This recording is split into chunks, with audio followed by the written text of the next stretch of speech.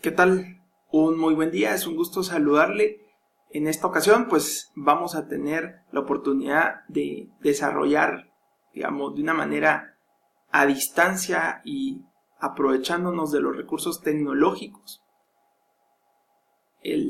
Vamos a desarrollar todo lo relacionado al plan de investigación, o por lo menos los planteamientos más generales que podamos hacer en relación al plan de investigación. No nos demorará más de 30 minutos, 45 será mucho. Desde luego que en aula lo vamos a estar nosotros también desarrollando con más extensión, y sobre todo pues la idea de este tutorial vía video es que usted pueda escuchar y ver esto cuantas veces sea necesario, y también de igual manera que usted vaya planteando dudas concretas para que cuando llegue el momento de tener nuestras sesiones presenciales podamos nosotros desde luego que escucharle, verle y resolver a tener.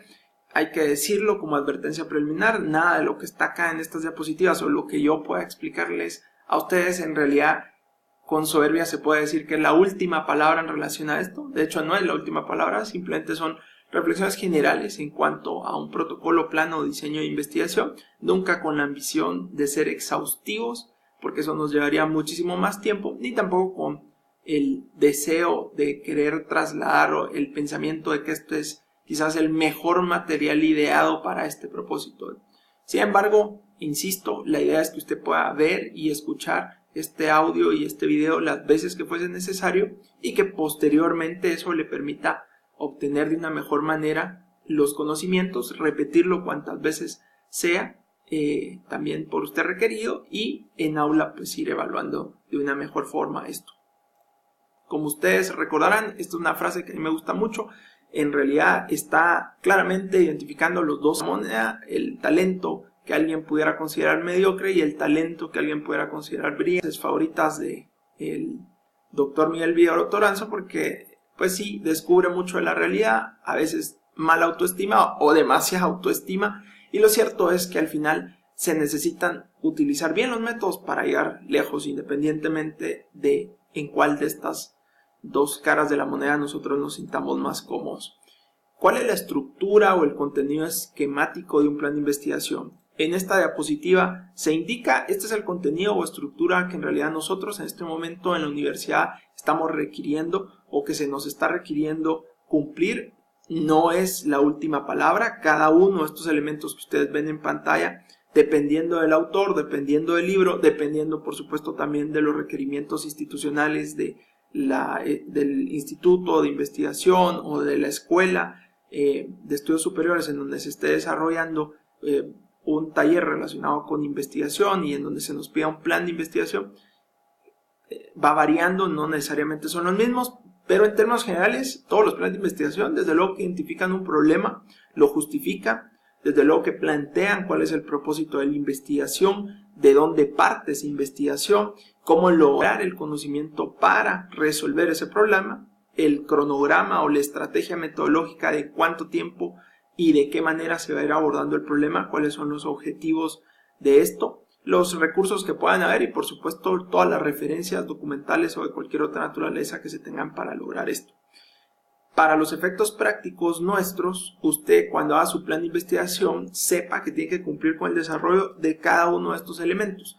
No es necesario, lo vamos a ir hablando en la marcha, que desarrollemos este plan específico o plan de diseño o protocolo de investigación en 40 o 50. Un buen plan de investigación me parece a mí que de una manera concreta, de una manera bien desarrollada, debiera de tener quizás unas 20, 25 páginas, si eso es mucho.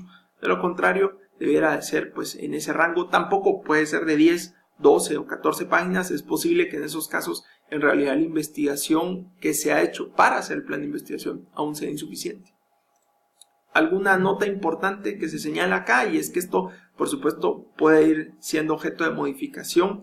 También nosotros sugerimos que vea la plantilla que hemos trasladado en aula, que en realidad contiene precisamente o el propósito es que usted identifique en cada uno de estos ítems o cada uno de estos elementos de la estructura del plan de investigación qué es lo que usted debe de observar. De hecho, esto es lo que nosotros utilizamos para calificar si esos planes de investigación están bien realizados, marcando o subrayando en la medida que usted va cumpliendo con cada uno de estos criterios que nosotros hemos tenido por propósito señalar.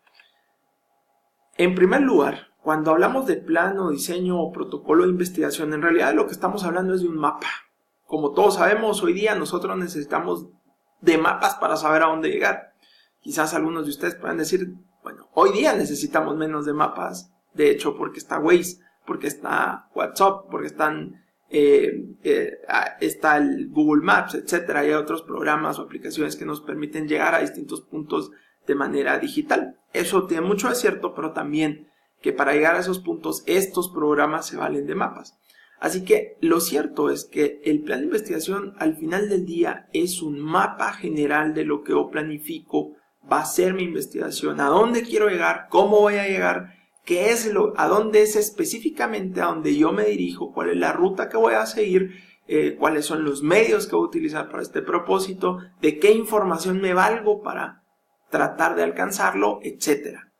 Pero, como bien dice una frase que algunos hemos escuchado, cuando no se sabe a dónde ir, cuando no se sabe a dónde es que queremos llegar, cualquier camioneta nos lleva al punto que queremos. Lo estoy diciendo quizás mal, pero la reflexión es, si no sabemos a dónde vamos, qué es lo que queremos, entonces por supuesto que vamos a esta situación precisamente de selección del problema.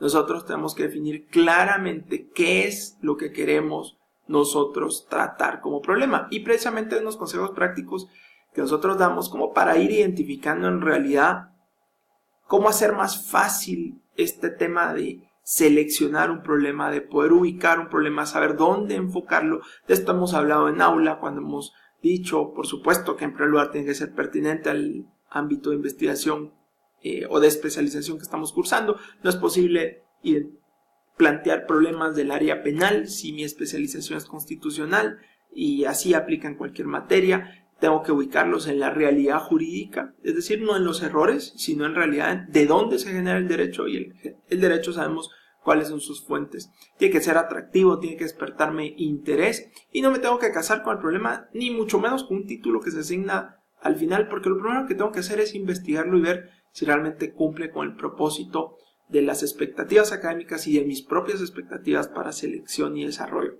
Tengo que consultar, por supuesto, fuentes confiables. Estos son algunos de los elementos que usted debiera de hacer para iniciar esa investigación que le permite entonces lograr encaminarse a un plan de investigación que a su vez le va a conducir a realizar una tesis o plantear una posición frente a determinado problema.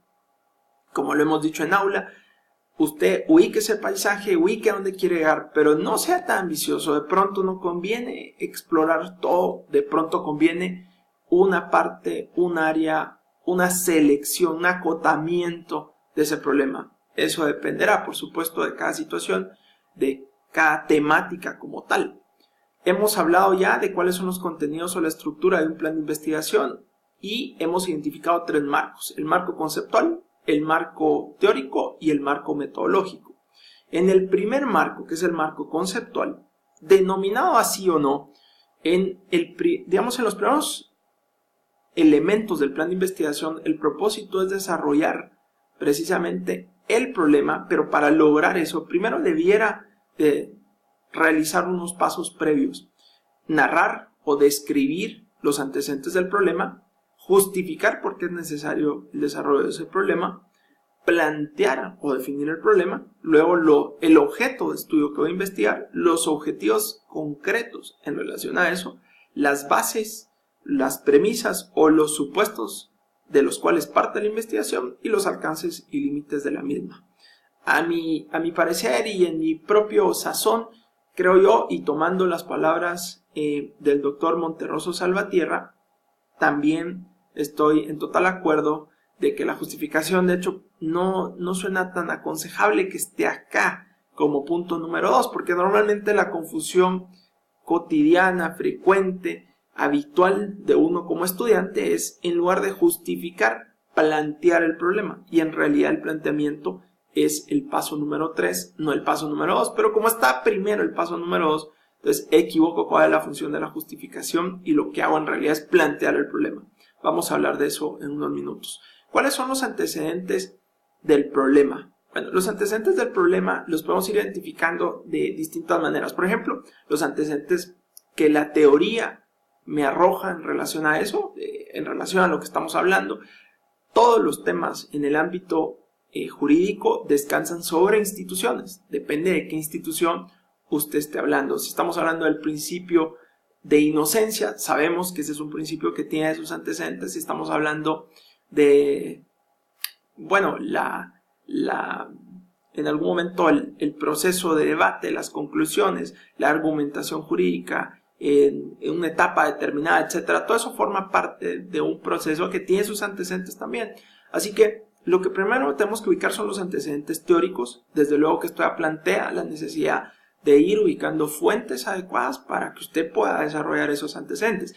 Si no tiene fuentes, si no tiene mal denominada bibliografía o referencias de una mejor manera, entonces usted no va a poder desarrollar esto. Los antecedentes legales son importantes, pero no son los únicos, por eso los hemos puesto en un segundo momento. Esto es en tanto desarrollamos nosotros en este segundo elemento las normas jurídicas y la jurisprudencia, si es que aplica en relación a la temática. En todo caso son antecedentes, no es necesario que vayamos señalando entre paréntesis y doble I y así sucesivamente. No es necesario que lo desarrollemos de esa manera, es una manera narrativa, explicativa, en donde simplemente usted va a ir ubicando los antecedentes y este es un consejo de qué antecedentes son los que interesan. Por supuesto, de alguna investigación previa relacionada con la temática. No estamos hablando acá de un marco teórico o un estado del arte, sino sencillamente decir, bueno, si se han desarrollado investigaciones al respecto, han sido o no de esta naturaleza. Procure hacer una narración deductiva y no más extensa a 2 páginas.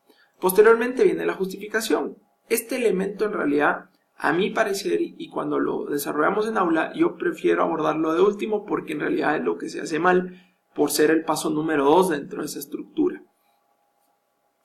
¿Qué es lo que debiera indicar la justificación? Bueno, en primer lugar, cuando usted justifica, da las razones, expone por qué es necesaria su investigación, usted debiera arrancar indicando, mire, mi investigación en primer lugar parte del enfoque del derecho penal moderno, toda vez que, no lo sé, es un decir, pero de esta manera lo que estamos tratando entonces de dejar por escrito es que la investigación es pertinente al área de estudio superior que yo estoy cursando.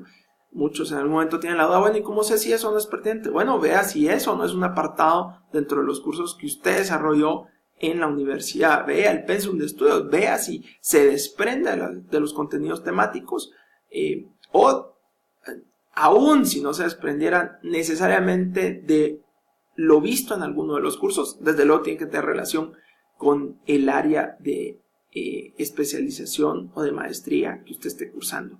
La originalidad y novedad en el sentido que usted tiene que decir esto es algo original, esto es algo novedoso, esto es algo de lo que nadie ha planteado investigación antes, por estas razones se justifica, etcétera, etcétera. Es decir, usted tiene que correr con la carga de indicar por qué es novedoso, por qué el enfoque es distinto, por qué esto es algo en algún momento necesario desde la perspectiva de lo nuevo. La necesidad científica del aporte, lo tiene que ser un problema científico y usted tiene que explicarlo de esa manera. ¿Por qué y cómo usted está generando un aporte?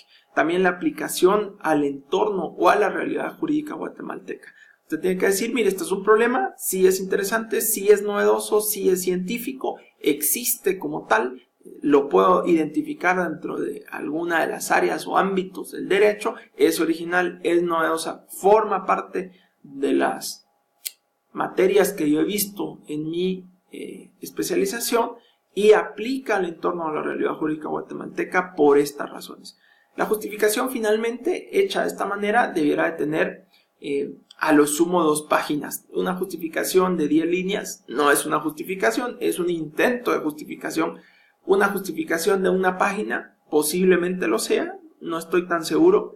En mi apreciación debiera de tener por lo menos página y media o 2. 2 páginas y media sería un exceso, pero a mi parecer 2 a 3 posiblemente en algunos casos que sean muy complejos sí es admisible. De lo contrario, yo me quedaría con el rango de página y media a 2, lo más, abordando estos o desde luego cualquier otro aspecto.